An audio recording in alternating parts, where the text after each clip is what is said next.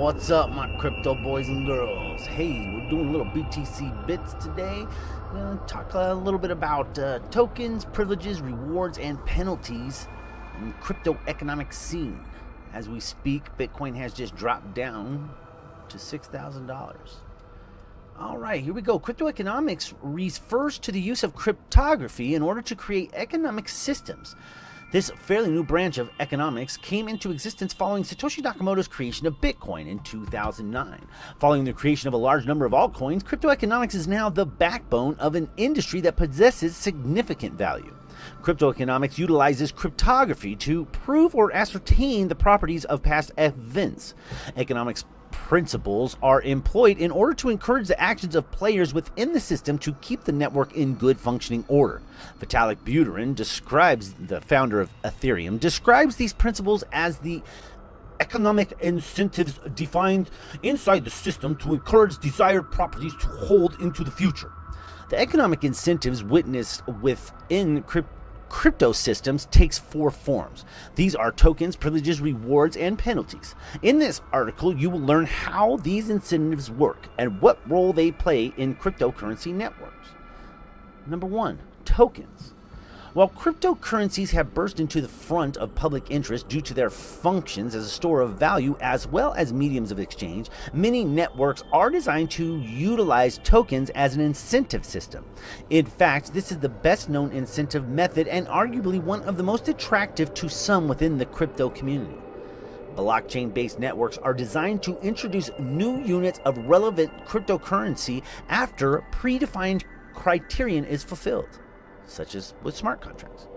For most blockchains, this usually happens as a function of the consensus mechanism employed within the network. Within the Bitcoin network, the proof of work mechanism performs double duty.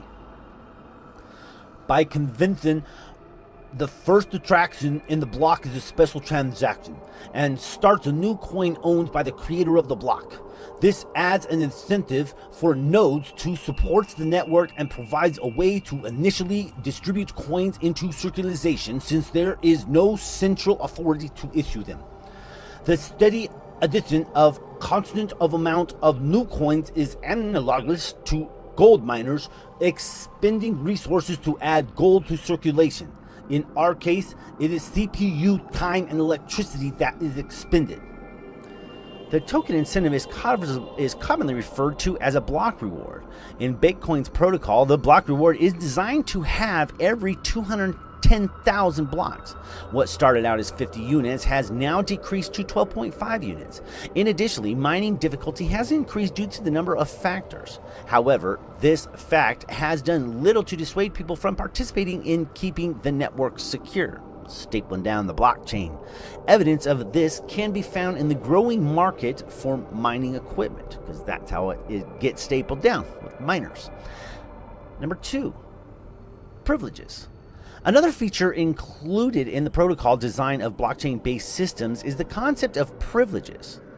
Buterin, and yeah, that was my Vitalik Buterin impression. Not the best, I know, but anyway, Buterin defines this as a way to incentivize actors by giving them decision-making rights that can be used to extract rent.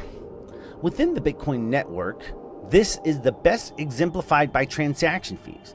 Actors who participate in the network as miners are entitled to keep all fees levied on every single transaction. The incentive can be funded with transaction fees. If the output of the transaction is less than the input value, the difference in the transaction fee that is added to the incentive value of the block containing the transaction. Once a predetermined number of coins has entered the circulation, the incentive can transition entirely from transaction fees to be completely inflationary free, Buterin stated. Additionally, the miners who start new block are able to pick which transactions they will validate and add to the blockchain. This way, they can pick the transactions with the highest fees attached to them. Number three, rewards. Rewards are a tool used to encourage good behavior. Among actors in a network, rewards can take the form of increased actors, token balances, or providing them with privileges if they do something positive for the network. One of the best examples of this incentive is the method on Steemit. The blockchain-powered social network and blogging platform rewards participants based on a model it calls proof of brain system. Participants are rewarded for the publishing high-quality content that is upvoted by the network's user base. Additionally, when participants are either upvote or comment on other content, they may also receive monetary rewards with units of blockchain network's native cryptocurrency.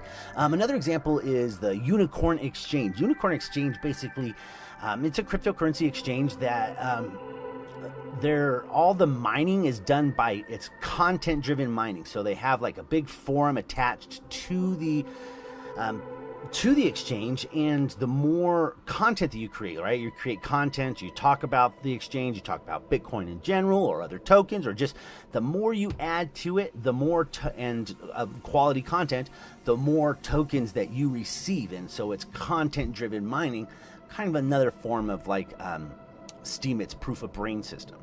Additionally, actors are rewarded for their continued participation in the network by receiving an increase in their reputation. A better standing within the Steemit community has direct effects on how much money the actors can earn.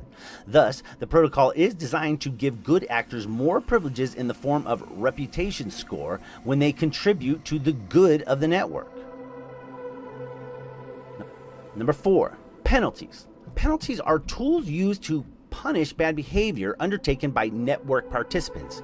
Penalties can take many forms and are dependent of the design of the network. For instance, within the Bitcoin network, once a miner attempts to be dishonest and the network ascertains this, the network simply discards the block and reverts to the longest chain.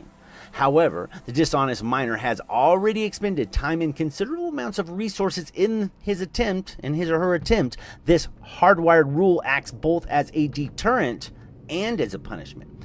In systems like the proof-of-stake consensus mechanism, punishment can be more severe as it can involve the confiscation or removal of the bad actor's tokens. Ouch!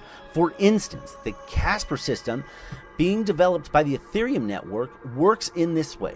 Casper works against the tendency of forgers to stake on all forks by penalizing actors that do so. If a validator signs on two conflicting block headers, their stake will be completely or partially slashed. The combination of tokens, privileges, rewards, and penalties aims to create a scenario where all participants are incentivized to remain honest so that they can benefit from the functioning network. Because these networks need honest actors, and having a built-in mechanism like that makes the blockchain strong and makes these individual governance systems and all that a very, unique and a technological breakthrough that we've all needed. The power of the distributed ledger. There's more and more uses for this coming up all the time, and the more smart people that get into this and look at this, blockchain's got a huge future, guys. I think we're all in a very good place. All right, like, subscribe, all that jazz. This is Crypto Music. I'm gonna catch y'all on the flip.